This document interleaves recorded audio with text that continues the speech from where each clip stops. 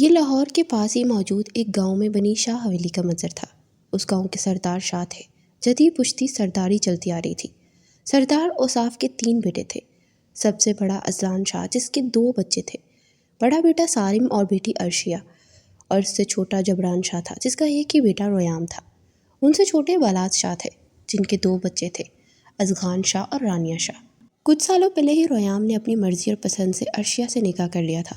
وہ دونوں بچپن سے ہی بیسٹ فرینڈز تھے اور اس سے بہت محبت کرتا تھا۔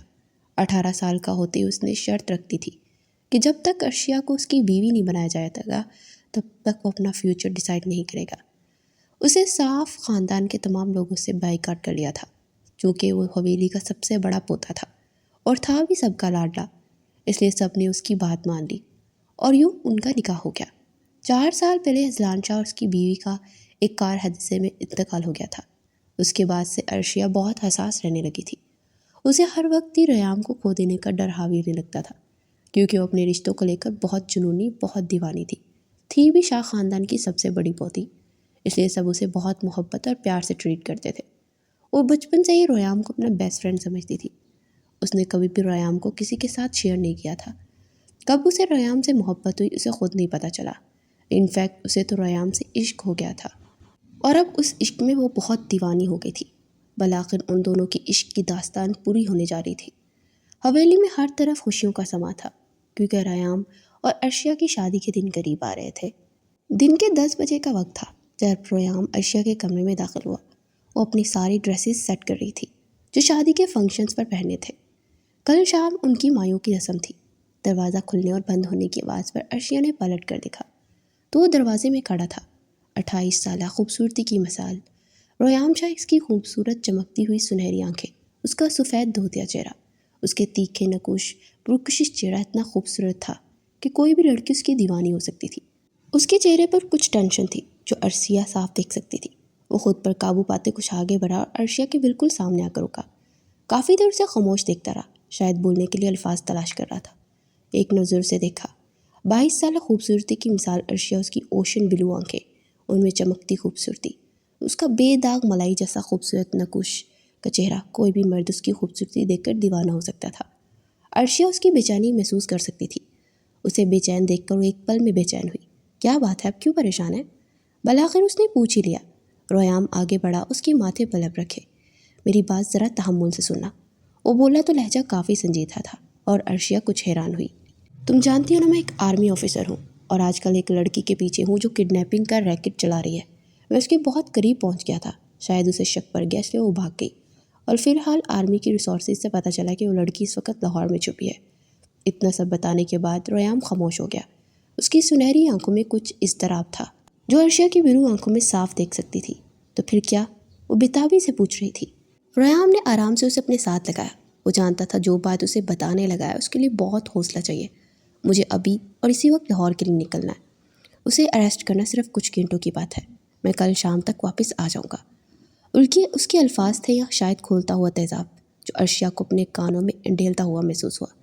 وہ ایک جھٹکے سے اس سے دور ہوئی۔ آپ کا دماغ ٹھکانے پر تو ہے؟ کل ہماری شادی کے فنکشن شروع ہو رہے ہیں اور آپ جانے کی بات کر رہے ہیں؟ عرشیہ کا دل تو کام کر رہ گیا تھا۔ وہ دبے دبے غصے سے چلائی تھی۔ ریام نے اسے کندھوں سے مضبوطی سے پکڑ رکھا تھا۔ صرف کچھ گھنٹوں کی بات، میں جلدی واپس آ جاؤں گا۔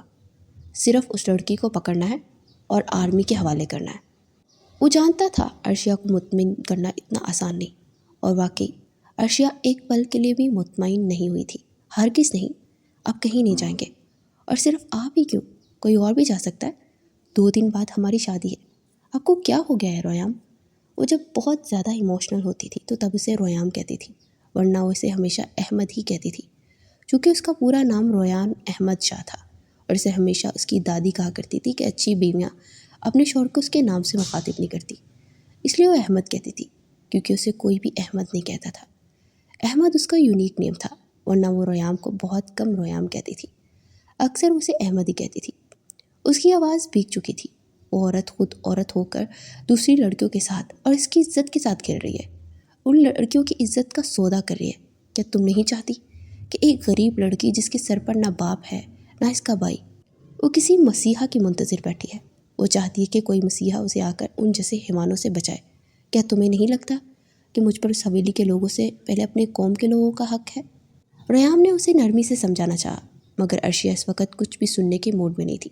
بس میں کہہ چکی ہوں، آپ کہیں نہیں جائیں گے، ورنہ میں شادی سے انکار کر دوں گی، وہ چلا ہی اٹھی تھی۔ ریحام نے تکلیف سے اسے دیکھا۔ صرف ایک پل کے لیے خود کو ان لڑکیوں کی جگہ رکھ کے دیکھو۔ میں وعدہ کرتا ہوں میں ضرور واپس آؤں گا۔ عرشیہ نے اس کا ہاتھ پکڑا اور اپنے سر پر رکھا۔ میری قسم کھائیں، کیا آپ میرے لیے واپس آئیں گے؟ اگر نہیں آئے تو بتا رہی ہوں، ساری زندگی خود کو سزا دیتی رہوں گی۔ وہ اتنے سخت لہجے میں بولی کہ ریحام اندر تک کپ کپا اٹھا۔ وہ جانتا تھا کہ آرمی کے کسی بھی مشن میں کہیں بھی جان جا سکتی ہے، لیکن وہ عرشیہ کو تکلیف دینے کے بارے میں سوچ بھی نہیں سکتا تھا۔ وہ نہیں جانتا تھا وہ واپس آئے گا یا نہیں، لیکن اس کی خاطر وہ کچھ بھی کرنے کا حوصلہ رکھتا تھا۔ اس نے عرشیہ کی آنکھوں میں دیکھا، جہاں سارے جہان کی تکلیف تھی۔ میں تم سے وعدہ کرتا ہوں میں ہر حال میں واپس آؤں گا۔ وہ وعدہ تو کر چکا تھا، مگر کون جانتا تھا کہ یہ وعدہ وفا ہوگا یا نہیں۔ عرشیہ پیچھے ہٹ گئی، تو مطلب وہ جانے کے فیصلے کو نہیں بدلے گا۔ جائیں، مجھے آپ سے بات ہی نہیں کرنی۔ وہ ایک ہی پل میں ناراض ہوتی اپنا چہرہ موڑ گئی اور اپنے آنسو قابو کرنے کی کوشش کرنے لگی۔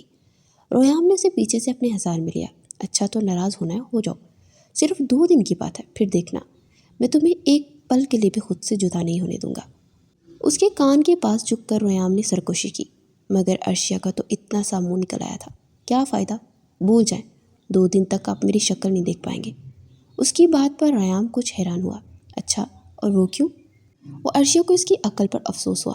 شاید بھول رہے ہیں، کل شام کو ہی مایوں کا فنکشن ہے اور میں مایوں بیٹھ جاؤں گی، اس کے بعد آپ سے میرا پردہ ہوگا۔ اس نے اتراتے ہوئے بتا کر اس سے دور ہو گئی۔ ریحام نے حیرت سے ایک نظر اس پیلی فراک پر ڈالی اور دوسری نظر عرشیہ پر۔ ہیں، یہ کیسی رسم ہے؟ تم میری بیوی ہو اور مجھ سے ہی پردہ کرو گی؟ اف یا خدا! اس کا دل چاہا اپنا سر ہی پیٹ لے۔ نہ جانے معاشرے میں کیسی کیسی رسمیں نکل آئی تھیں۔ تمہارا سب سے پردہ ہوگا سوائے میرے، ریحام نے انگلی اٹھائے اسے وارن کیا تھا، مگر دوسری طرف عرشیہ کو کوئی خاص فرق نہیں پڑا تھا۔ ہر مرد سے پردہ ہوگا، اور شاید آپ بھول رہے ہیں آپ بھی مردوں کے زمرے میں ہی آتے ہیں۔ وہ اس سے دور ہو کر شیشے کے سامنے جا کر کھڑی ہو گئی تھی۔ سچ تو یہ تھا کہ وہ ایک پل بھی اسے خود سے دور جاتے ہوئے نہیں دیکھ سکتی تھی، مگر کیا کرتی، مجبوری تھی۔ ریحام بھی اس کے پاس آ کر کھڑا ہوا، پھر بے یقینی سے انگلی اپنے سینے کی طرف کی۔ کیا تم مجھ سے بھی پردہ کرو گی؟ اس کے لہجے میں حیرانی ہی حیرانی تھی۔ عرشیہ نے فوراً اس بات میں سر ہلایا۔ اور ریڈی، تمہیں لگتا ہے کہ میں تمہیں یہ کرنے دوں گا؟ اور ریحام کی آنکھوں میں اچانک سے غرور ابھرا تھا۔ عرشیہ پلٹی۔ اور آپ کو لگتا ہے کہ آپ مجھے اپنی مرضی کے مطابق ڈال سکتے ہیں؟ اس نے بھی سوالی آئی برو چکا کر سوال پوچھا۔ جانتی تھی، ریحام اچھے سے جانتا ہے کہ عرشیہ جو بھی کرتی ہے اپنی مرضی سے کرتی ہے۔ ریحام اچانک اس کے قریب آیا اور ایک ہاتھ اس کی کمر میں ڈالے اسے اپنے ساتھ لگایا۔ تم خود بخود میرے رنگ میں ڈھل چکی ہو، تو اب تمہیں اپنے رنگ میں کیا ڈھلنا؟ تم تو پہلے ہی گوڈے گوڈے میرے عشق میں ڈوبی ہوئی ہو۔ ریحام نے اسے اس کی کہی ہوئی باتیں یاد دلائی۔ اس کے چہرے پر بہت خوبصورت مسکراہٹ تھی، اور عرشیہ کی آنکھیں بھیگنے کے لیے تیار تھی۔ پریشان ہرگز نہیں ہونا، میں ہر حال میں واپس آؤں گا، کچھ بھی ہو جائے۔ وہ اچانک ہی سنجیدہ ہوا تھا۔ چینج مت کرنا، میں رات کو آ کر تمہیں دیکھوں گا۔ وہ چاہتا تھا وہ عرشیہ کو ہر لک میں دیکھے، یہاں تک کہ مایوں کے ڈریس میں بھی۔ ایک آخری بات، تم تا قیامت صرف ریحام شاہ کی امانت رہو گی، اور مجھ سے پردہ کرنے کی کوئی ضرورت نہیں ہے۔ اگر تم نے یہ فالتو کی حرکتیں کی تو مجھ سے برا کوئی نہیں ہوگا۔ سختی سے انگلی اٹھائی اسے وارن کیا، پھر دوبارہ اس کے قریب ہوا، اس کے ماتھے پر لب رکھے اور دونوں آنکھوں پر لب رکھتے اسے اپنے حصار میں لے لیا۔ عرشیہ کا دل چاہا اسے روک لے، وہ اسے کہنا چاہتی تھی کہ آپ سے برا تو ویسے بھی کوئی نہیں، اور آپ سے الگ ہونا ہی سہان رو ہے، لیکن الفاظ حلق سے نہ نکل سکے۔ اس نے کوشش کرنی چاہی مگر ناکام رہی۔ اس نے ہمت اور حوصلہ اکٹھا کرنا چاہا، مگر وہ اس سے الگ ہوتا دروازے کی طرف بڑھ چکا تھا۔ نہ جانے کیوں عرشیہ کو ایسا محسوس ہوا وہ آج کے بعد اسے نہیں دیکھ پائے گی۔ وہ اسے روکنا چاہتی تھی مگر وہ جا رہا تھا، اور پھر دیکھتے ہی دیکھتے وہ کمرے کی دہلیز پار کر گیا۔ عرشیہ نے دھندلی ہوتی بصیرت کے ساتھ ایک آخری بار اسے دیکھنے کی کوشش کی، مگر دروازہ تب تک بند ہو چکا تھا۔ اس کے جانے کے بعد کتنے ہی آنسو تھے جو عرشیہ کی آنکھوں سے نکلتے گالوں پر پھسل گئے۔ کیا ایک بار بھی اپنوں کو کھو دے گی؟ عرشیہ کے جسم سے ہر ایک انگ سے تکلیف، دل سے دعا تھی، دماغ میں وسوسے تھے۔ جب تک ریحام واپس نہیں آ جاتا اسے سکون نہیں ملنا تھا۔ مگر کون جانے کہ اسے واپس آنے کا موقع ملتا یا نہیں۔ ریحام کو گئے پورے 30 گھنٹے ہو چکے تھے۔ عرشیہ کا دل اتنا پریشان تھا کہ وہ کسی کو بتا بھی نہیں سکتی تھی۔ مغرب ڈھلنے والی تھی۔ اس وقت وہ پیلی فراک پہنے مایوں کی دلہن بنی تیار ہو رہی تھی، مگر دماغ میں ساری سوچیں ریحام کی طرف تھی۔ اسے ایک پل کے لیے بھی سکون نہیں مل رہا تھا۔ اس نے فوراً اپنا موبائل پکڑا اور ریحام کو کال ملائی، اور اس بار خوش قسمتی سے کال جا رہی تھی۔ کچھ دیر بعد بیل ہوتی رہی اور کال ریسیو کر لی گئی۔ عرشیہ کا دل رک کر دھڑکا تھا۔ اس نے بہت مشکل سے اپنے لبوں کو حرکت دینے کی کوشش کی۔ کہاں ہیں آپ؟ اب کب آئیں گے؟ نہ چاہتے ہوئے بھی اس کی آواز کانپی تھی۔ دوسری طرف ریحام جو ایئرپورٹ میں داخل ہو رہا تھا مسکرا اٹھا۔ فکر مت کرو، وہ لڑکی پکڑی جا چکی ہے۔ مجھے وہ خوشی ہو رہی ہے کہ میں اپنی نئی زندگی شروع کرنے سے پہلے اس مشن میں کامیاب رہا۔ ایئرپورٹ میں داخل ہو رہا ہوں، بس آدھے گھنٹے میں فلائٹ ٹیک آف ہو جائے گی۔ انشاءاللہ بہت جلد حیدرآباد میں موجود ہوں گا۔ اس نے مسکراتے ہوئے عرشیہ کو مکمل تفصیل بتائی، اور عرشیہ کا دل پرسکون ہو گیا۔ جلدی آ جائیں، بس آپ کو دیکھے بنا سکون نہیں ملے گا۔ دل تو پرسکون ہو گیا، مگر روح اب بھی بے چین تھی۔ اس کی بے چینی محسوس کرتا ریحام دوسری طرف مسکرایا تھا۔ فکر مت کرو میری جان، بس بہت جلد تمہارے پاس آؤں گا۔ تمہیں چھوڑ کر کہیں نہیں جا رہا۔ اوکے، اب میں فون رکھتا ہوں۔ اسے حوصلہ دیتے ریحام نے فون رکھ دیا۔ کتنی دیر عرشیہ اس بند فون کو دیکھتی رہی، نہ جانے کہ اسے اب بھی سکون نہیں مل رہا تھا۔ اس کی خیریت جان کر دل کا ایک کوشہ سکون محسوس کر رہا تھا۔ مکمل پرسکون وہ اب بھی نہیں ہوئی تھی۔ وہ اپنی سوچوں میں الجھی ہوئی تھی جب عنایت اور فریال کمرے میں داخل ہوئے۔ عرشیہ تیار ہو گئی؟ عنایت کی آواز سے وہ ہوش میں آئی اور پھر واپس پلٹی۔ جی اماں، بس ہو گئی ہوں۔ عنایت ریحام کی ماں تھی، اس لیے وہ اسے بھی اماں کہتی تھی، اور فریال اس کی چاچی تھی۔ اس نے ایک نظر اپنے آپ کو شیشے میں دیکھا۔ پیلی فراک پہنے وہ مایوں کے لیے بالکل تیار تھی۔ کانوں اور گلے میں پھولوں کے ہار پہنے تھے، ہاتھوں میں گجرے تھے، اس کے ساتھ کچھ چوڑیاں بھی پہنی تھیں۔ پاؤں میں یلو کلر کا خصہ، اور سر سے لے کر پاؤں تک وہ اس وقت پیلا پھول بنی کھڑی تھی۔ فریال نے آگے بڑھتے اسے نظر نہ لگنے کے لیے اس کے کان کے پیچھے ٹیکا لگایا۔ اس سے میری بیٹی ہر بری نظر سے محفوظ رہے گی، فریال نے مسکراتے ہوئے کہا، پھر اس کے ماتھے پر لب رکھے۔ عرشیہ کرسی سے اٹھی اور فریال کے گلے لگ گئی۔ آئی لو یو سو مچ چاچی۔ اس کی آواز بھیگی تھی، اور فریال جانتی تھی یہ لمحہ ایسا ہی ہوتا ہے۔ آئی لو یو ٹو چاچی کی جان۔ چلو جلدی چلو، رسم شروع کرنی ہے۔ مغرب ڈھل چکی تھی۔ انہوں نے وقت پر ہی رسم کرنے کا فیصلہ کیا۔ دیر رات کرنے کی کوئی ضرورت محسوس نہ ہوئی۔ عنایت کے چہرے پر کچھ اضطراب تھا۔ وہ دونوں اسے نیچے لے آئے جہاں لاؤنج میں سب موجود تھے۔ مرد سارے باہر لان میں جمع تھے کیونکہ یہ عورتوں کی رسم تھی، اس لیے یہاں کوئی بھی موجود نہیں تھا۔ مایوں کی رسم زور و شور سے جاری تھی۔ عرشیہ ساری رسم میں بے چین رہی، نہ جانے اسے کیوں سکون محسوس نہیں ہو رہا تھا۔ اس کا دھیان بار بار لاؤنج کے دروازے کی طرف تھا کہ شاید اب وہ داخل ہو اندر، شاید وہ اندر داخل ہو، لیکن وہ نہیں آیا۔ بالآخر مایوں کی رسم ختم ہوئی۔ تقریباً 10 بجے کے بعد عرشیہ اپنے کمرے میں داخل ہوئی اور بے چینی سے چکر کاٹ رہی تھی۔ دل گھبرا رہا تھا جیسے کچھ بہت برا ہونے والا ہے۔ رات کے 11 بجے اور پھر 12، لیکن اسے ایک پل کے لیے بھی سکون نصیب نہیں ہو رہا تھا۔ لاہور سے حیدرآباد کی فلائٹ اتنی لمبی تو نہیں تھی، اب تک تو ریحام کو گھر آ جانا چاہیے تھا۔ مایوں کی دلہن بنی مسلسل کمرے میں چکر کاٹ رہی تھی۔ بالآخر جب صبر نہیں ہوا تو انتظار کی حد ختم ہوئی۔ موبائل پکڑا اور اس نے ریحام کو کال ملائی، مگر یہ کیا، اس کا نمبر بند جا رہا تھا۔ وہ بے چینی سے ٹہلتی ہوئی کال پہ کال ملا رہی تھی، لیکن ریحام کا نمبر مسلسل بند جا رہا تھا۔ عرشیہ اس کے آنے سے پہلے سونا نہیں چاہتی تھی، سمجھ نہیں آ رہی تھی کیا کرے۔ اپنا موڈ فریش کرنے کے لیے وہ دل سے سارے خیالات چٹکنے کے لیے اس نے ٹی وی لگایا اور اس کے سامنے بیٹھ گئی اور بے دلی سے چینل سکرول کر رہی تھی۔ رات کے 4 بج چکے تھے، بلکہ یہ کہا جائے کہ صبح کے 4 بج گئے تو زیادہ اچھا ہوگا۔ چینل سکرول کرتے ہوئے اچانک اس کی نظر اور ہاتھ ایک چینل پر ساکت ہوا۔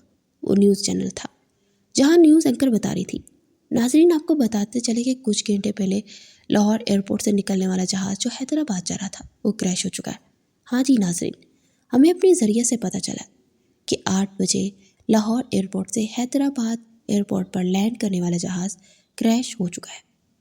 عرشیہ کے سر پر حویلی کی چھت بہت زوروں سے گری تھی۔ زمین پھٹی تھی یا آسمان، اسے کچھ بھی سمجھ نہیں آ رہی تھی۔ وہ ساکت رہ گئی، اسے لگا کہ وہ بھی مر جائے گی۔ کسی نے جسم سے روح کھینچ کر نکال لی تھی۔ وہ نفی میں سر ہلاتی وہیں زمین پر بیٹھتی چلی گئی۔ نیوز چینل پر اب کریش ہوئے جہاز کی فوٹوز دکھائی جا رہی تھی اور عرشیہ کو اپنی ساری دنیا رکتی ہوئی محسوس ہو رہی تھی۔ اس کے چہرے کا سارا خون نچڑ چکا تھا۔ چہرہ حد سے زیادہ سفید ہو گیا۔ نہیں پلیز ریام، واپس آ جائیں۔ اس کے ہونٹ ہل رہے تھے مگر آواز نکلنے سے انکاری تھی۔ وہ نہیں جانتی تھی کہ وہ کتنے گھنٹے وہاں بیٹھی ساکت نگاہوں سے بس اسکرین کو گھورتی رہی۔ ہوش تو تب آئی جب اذان کی آواز کانوں میں پڑی۔ وہ زمین سے اٹھی، پھر فوراً اوپر بھاگی۔ اندھا دھند اوپر بھاگ رہی تھی۔ اب تک کانوں اور گلے میں پھولوں کے سیٹ پہن رکھے تھے۔ وہ اپنی فراک گھٹنوں سے اوپر اٹھائے سیڑھیاں چڑھ رہی تھی۔ حویلی میں 3 فلور تھے۔ اس کا کمرہ دوسرے فلور پر تھا اور ریام کا تیسرے فلور پر۔ وہ ایک جھٹکے سے ریام کے دم کمرے میں داخل ہوئی مگر کمرہ سارا خالی تھا۔ وہ کہیں نہیں تھا۔ عرشیہ کو سانس لینے میں گھٹن ہو رہی تھی۔ کچھ سمجھ نہیں آ رہی تھی کیا کرے، جیسے اس کی حواس ابھی کچھ کام کر رہے تھے۔ فوراً سارم کے کمرے کی طرف بھاگی اور دروازہ پیٹ ڈالا۔ بگ برو، بگ برو، وہ چیخنے لگی۔ اس کی چیخوں کی آواز سے اذغان فوراً باہر نکلا۔ دوسری طرف سارم بھی نکل آیا تھا۔ سارم کے ساتھ ساتھ فریال اور بالاج بھی باہر نکل آئے۔ سارم فوراً آگے بڑھا اور خوف سے اب تک ریام کے کمرے کے دروازے کو دیکھ رہی تھی۔ کیا ہوا؟ سارم کی پریشان آواز کانوں میں گونجی۔ وہ آگے بڑھی اور سارم کے سینے سے لگ گئی۔ اس کے سینے سے لگتی ہوئی ہچکیوں ساتھ رو رہی تھی۔ پلیز میں مر جاؤں گی، ریام کو واپس بلائیں، انہیں لے کر آئیں، میرا دل بند ہو رہا ہے۔ روتی ہوئی وہ اس وقت کملی ہوئی لگ رہی تھی۔ اس کا حال کسی ادمری پاگل عورت جیسا ہو رہا تھا۔ اسے اتنا پریشان دیکھ کر سب کے کلیجے باہر آئے۔ اذغان فوراً آگے بڑھا۔ کیا ہوا ہے؟ عرشیہ کو کندھوں سے پکڑے اس نے اپنے روبرو کیا۔ عرشیہ انہیں بتانا چاہتی تھی لیکن لب ہلنے سے انکاری تھے۔ وہ میں نے ہکلاتے ہوئے اتنا بتا کر وہ دوبارہ پوٹ پوٹ کر رو پڑی۔ سب اس کے رونے سے پریشان ہو رہے تھے۔ اذغان نے اسے دونوں کندھوں سے پکڑے ہلکا سا جھٹکا دیا۔ اس طرح رونے سے کیا ہوگا؟ ہوا کیا ہے وہ بتاؤ، اس نے کچھ سختی سے کہا کہ عرشیہ کے بہتے آنسو تھم گئے۔ اس نے اپنا چہرہ اٹھائے اذغان کو دیکھا، پھر ایک نظر سارم کو۔ سارم کی آنکھوں میں فکر مندی تھی لیکن اذغان کی آنکھوں میں فکر کا تاثر نہیں تھا۔ وہ الگ بات تھی کہ وہ فکر مند ہوا تھا، ہاں اس کی آنکھوں کے تاثر سے اندازہ لگانا مشکل تھا کہ وہ کیا سوچ رہا ہے۔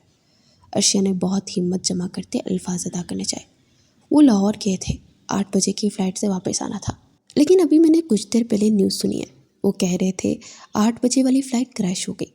وہ اپنا سانس روک کے ایک ہی فکرے میں ساری بات بتا دی، دوبارہ پوٹ پوٹ کر رو پڑی اور ساری حویلی والوں کے سروں پر حویلی کی عمارت آن گری۔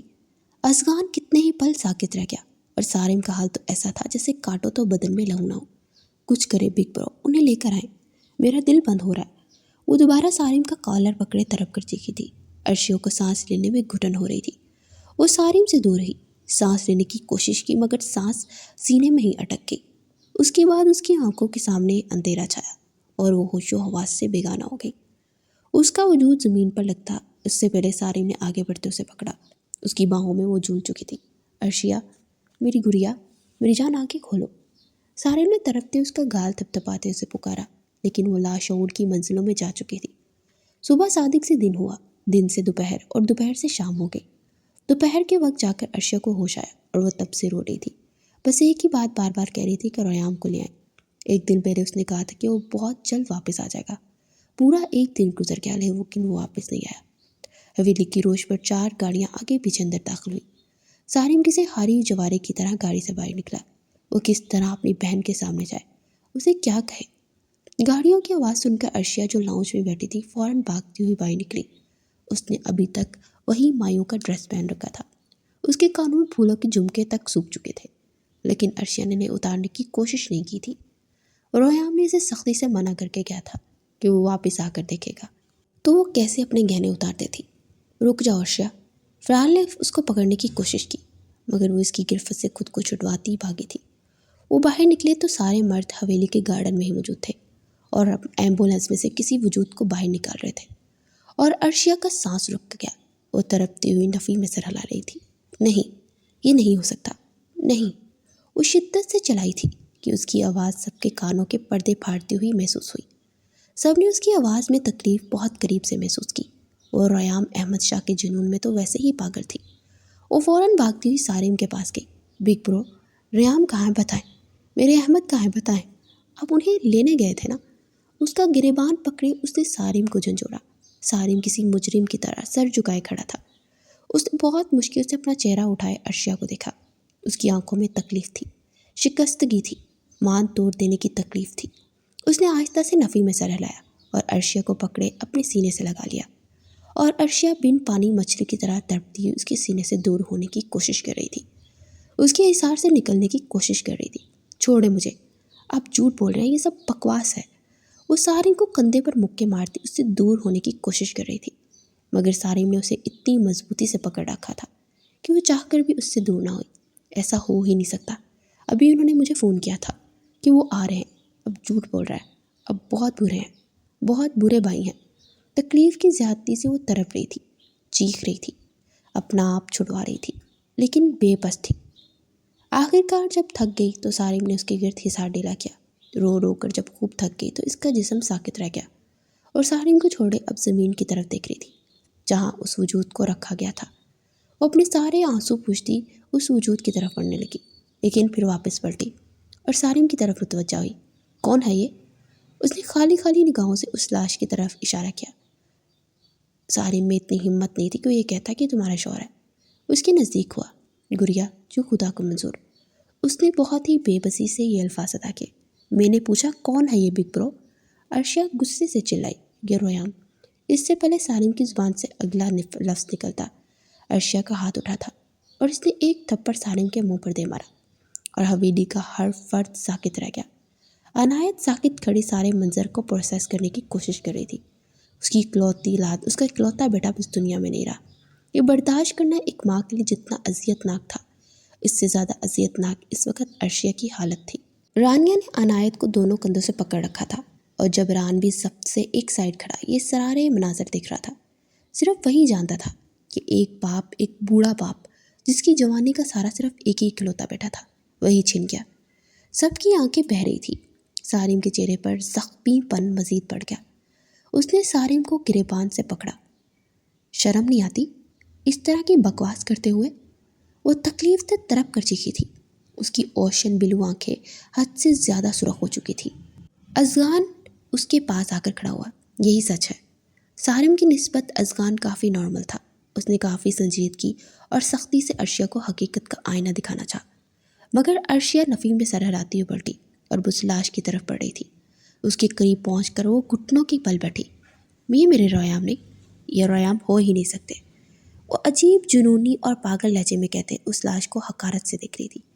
کسی نے بھی آگے بڑھنے کی کوئی کوشش نہیں کی، کسی میں ہمت نہیں تھی۔ آپ میرے رویام نہیں ہیں نا؟ وہ اس لاش سے اس طرح پوچھ رہی تھی جیسے اسے جواب دے گی۔ پھر اس نے چہرہ اٹھایا، دوبارہ سارم کو دیکھا۔ آپ کو کیسے پتہ یہ رویام ہے؟ وہ سوال کرتی اس وقت بالکل ایک بچی لگ رہی تھی۔ سارم کچھ بھی کہنے کے قابل نہیں رہا۔ دانتوں کے ایکس رے اور ہائٹ سے پتہ چلا، جواب ازغان نے دیا، اور ارشیا نے بے یقینی سے ازغان کا چہرہ دیکھا۔ پھر وہ پاگلوں کی طرح ہنسنے لگی۔ یہ کیسی بکواس ہے؟ ہائٹ اور دانتوں کے ایکس رے کیسے ثابت کر سکتے ہیں کہ یہ میرے رویام ہے؟ بات کے آخر تک وہ ہذیانی انداز میں چیخی۔ ازغان قدم قدم چلتا اس کے پاس آیا، پھر اس کے سامنے گھٹنوں کے بل بیٹھا۔ ساری فلائٹ میں صرف ایک ہی ایسا پسنجر تھا جس کی ہائٹ اور دانتوں کے ایکس رے رویام سے میچ ہوئے تھے، اور یہ لاش وہی ہے۔ ازغان نے مکمل تفصیل بتائی۔ وہ دیکھنے سے تو نارمل لگ رہا تھا، لیکن وہ اندر سے کافی زیادہ ٹوٹ پھوٹ کا شکار تھا۔ وہ ہارٹ لیس نہیں تھا، وہ بس اپنے ایموشنز کو اپنے اندر دبا دیتا تھا، ورنہ اس نے خود کبھی سوچا نہیں تھا کہ ریام کو کچھ ہو سکتا ہے۔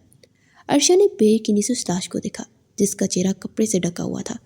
اس نے کپڑا اٹھا کر لاش کا چہرہ دیکھنا چاہا، مگر ازغان نے اس کا ہاتھ پکڑ لیا۔ وہ بے یقینی سے ازغان کو دیکھنے لگی۔ ازغان نے نفی میں سر ہلایا، مت دیکھو، اس قابل نہیں ہے۔ اتنے پاک الفاظ استعمال کرنا اس وقت ازغان شاہ کے بس کی ہی بات تھی، اور ارشیا کا دل چاہا ازغان کا منہ توڑ دے۔ اس نے ایک جھٹکے سے اپنا ہاتھ ازغان کے ہاتھ سے ایسے آزاد کروایا جیسے کوئی اچھوت ہو۔ ازغان جانتا تھا اتنا بڑا صدمہ لگا ہے، اس لیے فی الحال نارمل نہیں ہو سکتی، اس لیے پیچھے ہوا اور کھڑا ہو گیا اور واپس پلٹ گیا۔ ارشیا کتنی ہی دیر بے بسی سے اس لاش کو دیکھتی رہ گئی، اسے ہاتھ لگانے کی ہمت نہ کر سکی۔ پھر اس کی آنکھوں کی سرخی ناقابل برداشت حد تک زیادہ ہوئی اور وہ پیٹ پھوٹ پھوٹ کر روتی۔ نہیں، ایسا نہیں ہو سکتا، وہ اپنی پوری طاقت سے چلائی تھی۔ اس کے گلے میں خراشیں پڑ گئی، لہجے میں ہر طرح کی تکلیف تھی۔ وہ ساری حویلی ایک بار پھر ماتم میں ڈوب چکی تھی۔ وہ پیلی فراک میں اس کے لیے سجی، اس کی لاش کے سرہانے بیٹھی پھوٹ پھوٹ کر رو پڑی۔ کانوں میں اس کے الفاظ گونج رہے تھے، کیا تم مجھ سے بھی پردہ کرو گی؟ چینج مت کرنا، میں رات کو آ کر تمہیں دیکھوں گا، اور مجھ سے پردہ کرنے کی کوئی ضرورت نہیں ہے۔ وہ حویلی جس میں گھنٹوں پہلے شادی کے شامیانے بج رہے تھے۔ اب وہی حویلی صفے ماتم میں بچ گئی تھی۔ ریان پلیز مذاق مت کریں، وہ تڑپ تڑپ کر چیخ رہی تھی۔ میں مر جاؤں گی، مجھے چھوڑ کر مت جائیں۔ اس کی چیخیں ساری حویلی میں گونج رہی تھی۔ کسی نے بھی اسے روکنے کی کوشش نہیں کی، کیونکہ سب چاہتے تھے کہ اس کے اندر کا غم سارا باہر نکل جائے۔ عنایت اس سے زیادہ برداشت نہ کر پائی اور ہوش و حواس سے بیگانہ ہو گئی۔ سب کے چہرے پر پریشانی چھائی۔ عنایت آپی، آنکھیں کھولے، عنایت آپی۔ فریال اس کا گال تھپتھپا رہی تھی، مگر وہ بھی اس صدمہ کو برداشت نہیں کر پائی تھی۔ عنایت تو ہوش میں نہ آئی، مگر عرشیہ بے ہوش ہو گئی۔ وہ دونوں واحد ایسی عورتیں تھیں جنہوں نے سب سے زیادہ ریام شاہ سے عشق لیا تھا۔ سارے گاؤں میں یہ خبر جنگل کی آگ کی طرح پھیلی کہ شاہ حویلی کا سب سے بڑا پوتا، جس کی 2 دن بعد شادی تھی، وہ اس دنیا میں نہیں رہا۔ وہ دونوں عورتیں ساکت بیٹھی تھیں۔ پاس ہی اس کی لاش رکھی گئی تھی اور گاؤں کی عورتیں دبے دبے لہجے میں باتیں کر رہی تھی کہ شاید یہ لڑکی ہی منوس ہے جس کی وجہ سے ریام شاہ اس دنیا میں نہ رہا۔ کوئی کہہ رہا تھا کہ 2 دن بعد شادی تھی، اور لڑکی کی منوسیت تو دیکھو، شادی سے پہلے ہی اپنا شوہر کھا گئی۔ کوئی کہہ رہا تھا کہ نظر بد لگ گئی، کوئی کہہ رہا تھا اس حویلی میں عجیب و غریب واقعات ہوتے رہتے ہیں۔ لوگ وہاں ماتم کم کر رہے تھے اور حویلی والوں کی بے بسی کا تماشا زیادہ بنا رہے تھے۔ سب کی آنکھیں رو رو کر سوجی ہوئی تھی، کسی کو کچھ سمجھ نہیں آ رہی تھی، اپنا غم سمیٹے یا اپنوں کو سنبھالے۔ کتنے ہی گھنٹے گزر چکے تھے۔ فجر کی اذان کے بعد نماز ادا کی گئی۔ اس کے بعد مرد حضرات اندر داخل ہوئے۔ اب وہ جنازہ اٹھانے کے لیے تیار تھے۔ عنایت کے ساکت کے جسم میں حرکت ہوئی۔ وہ فوراً آگے بڑھی۔ نہیں پلیز رک جاؤ، کہاں لے کر جا رہے ہو میرے بیٹے کو؟ وہ جو کل تک جوان دکھتی تھی، آج بہت زیادہ بری دکھ رہی تھی۔ عنایت کی چیخ و پکار سے عرشیہ کے ساکت جسم میں حرکت ہوئی۔ وہ آگے بڑھی اور عنایت کو دونوں کندھے سے پکڑا۔ عنایت نے حیرت سے عرشیہ کو دیکھا۔ سنجیدہ اور سوار چہرے میں وہ نفی میں سر ہلا رہی تھی۔ یہ آپ کیا کہہ رہی ہیں اماں؟ یہ ہمارا ریام نہیں ہے، وہ ہمارے ریام نہیں ہو سکتا ہے۔ وہ واپس آئیں گے، دیکھیے گا، وہ ضرور واپس آئیں گے۔ نفی میں سر ہلاتے ہوئے عنایت کو پیچھے کر گئی۔ اس نے ایک بار بھی اس لاش کو ہاتھ نہیں لگایا۔ کتنے ہی گھنٹے وہ لاش حویلی میں پڑی رہی۔ عنایت کو اس کی دماغی حالت پر شبہ ہوا۔ اس نے عرشیہ کو دونوں کندھوں سے پکڑے جھنجھوڑا۔ تم پاگل ہو گئی عرشیہ؟ عنایت اتنی زور سے چلائی کہ حویلی کے در و دیوار ہل کر رہ گئے۔ عرشیہ نے اس کی طرف خالی خالی نگاہوں سے دیکھا۔ ہاں میں پاگل ہی تو ہوں، آپ کے بیٹے نے اپنے عشق میں مجھے پاگل کر دیا۔ وہ عنایت سے بھی اونچے لہجے میں چلائی۔ سب تھل کر ان کو دیکھ رہے تھے۔ چلانے کے بعد وہ اپنے چہرے پر دونوں ہاتھ رکھ کے پوٹ پوٹ رو پڑی۔ آپ لوگوں کو یقین نہیں آتا نا؟ دیکھیے گا، میری بات سچ ہوگی، میں محسوس کر سکتی ہوں۔ عرشیہ نے ان کو یقین دلانا چاہا، مگر سب اس وقت عرشیہ کی دماغی حالت سمجھ رہے تھے۔ سب کو یہی لگ رہا تھا کہ وہ اس صدمے کے زیر اثر مینٹلی طور پر ٹھیک نہیں ہے۔ وہ پیچھے ہوئی اور پھر سیڑھیاں چڑھتی سیدھی ریام کے کمرے میں داخل ہوئی۔ آج وہی دن تھا جب اس نے دلہن بن کر اس کے کمرے میں آنا تھا۔ اس نے ایک نظر حسرت سے سارے کمرے کو دیکھا۔ میں خود اپنی پسند اور مرضی سے کمرے کی ساری سیٹنگ کروں گی۔ ماضی کی کوئی بھی بولی بسری یاد اس کے کانوں کے پردے سے لہرائی۔ اچھا بابا، ٹھیک ہے، تمہارا کمرہ ہے، جیسے مرضی سیٹنگ کرنا۔ اور ریام کی مسکراتی ہوئی آواز کانوں میں گونجی۔ وہ وہیں کمرے کے فرش پر گری اور پھر اتنی اونچی آواز میں روئی کہ کمرے کے چاروں دیواری نے اس کی سسکیاں اپنے اندر دبا لی۔ وہ عہد کر چکی تھی کہ آج کے بعد اسی کمرے میں رہے گی۔ وہ ریام شاہ کی بیوی تھی اور ریام احمد شاہ کی ہر چیز پر عرشیہ کا پورا حق تھا۔ وہ اسی مایوں کے لباس میں بیڈ پر لیٹی اور اپنا چہرہ دونوں ہاتھوں میں چھپائے روتے روتے ہی سو گئی۔ 3 دن سے حویلی کی فضا ماتم کنا تھی۔